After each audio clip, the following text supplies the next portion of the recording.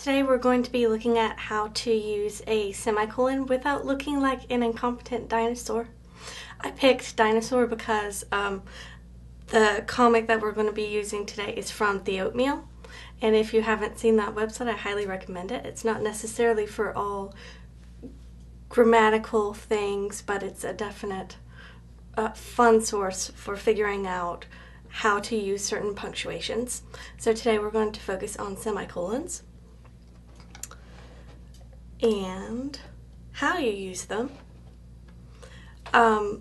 Semicolons connect two independent clauses, which means that while they can stand alone as their own sentences, it's better to use a semicolon, such as, my aunt had hairy knuckles, she loved to wash and comb them.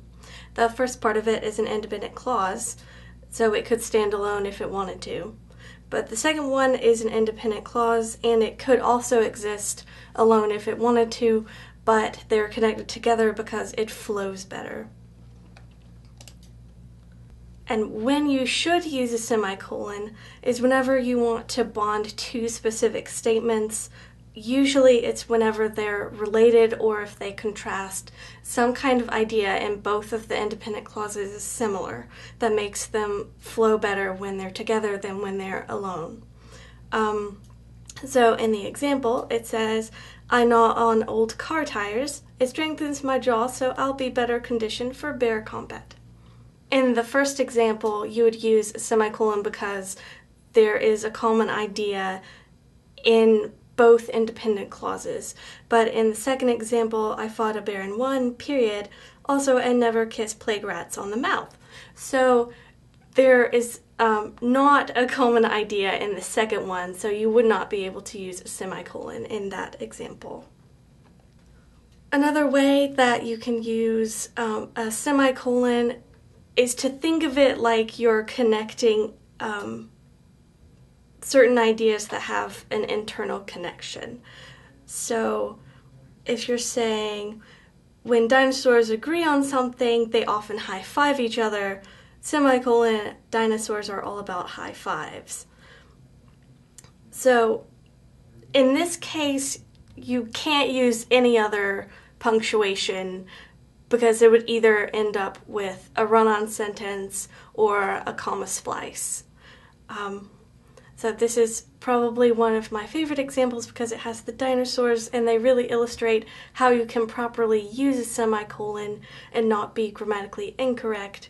So the first dinosaur says, I have all of these commas, but how can we be together without making a run-on sentence?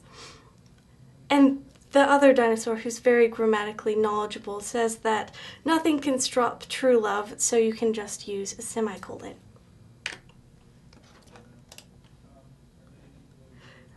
Now, another way to think about when you're properly using a semicolon is to indicate whether or not there's a pause. So in this example, it's illustrated by using a bear paw because both bears and semicolon have paws. For a comma, it's just a brief pause. You would still say the first part of the sentence, pause a little bit, and then finish the rest of it. With a semicolon, there's kind of a moderate pause. So if you're saying something like, I'm pretty sure bologna is made out of cow elbows, but I love it anyway, therefore everyone should eat bologna, you would have a moderate pause compared to the comma, which is just the brief one.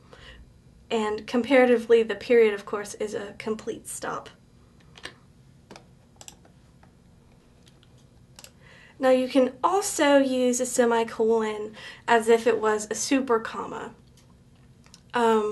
If you're making a list of items that you can't really use a comma without it looking awkward or stilted or a bit like a run-on sentence or a comma splice, which is usually when you're listing a location, a name, a date, or if you're describing something.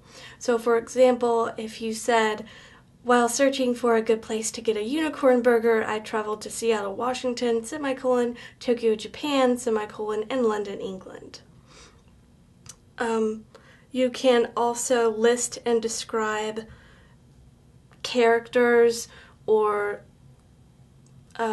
any kind of long list with semicolons, such as, my favorite people include Samuel Slaughterjaws, comma, a famous unicorn hunter, semicolon, my uncle Wilford, comma, a world champion at mayonnaise eating contests, semicolon, and Nikola Tesla, comma, the most awesome dude to ever fire a lightning bolt at an angry peasant. So, if you follow all of these rules, you should be able to use the semicolon with some manner of grammatical prowess. For example, you can say, Godzilla is a misunderstood creature, semicolon, beneath his raging desire to set people on fire and eat them lies a gentle giant who just wants to cuddle. Hopefully after this presentation you'll be able to use a semicolon without looking like an incompetent dinosaur.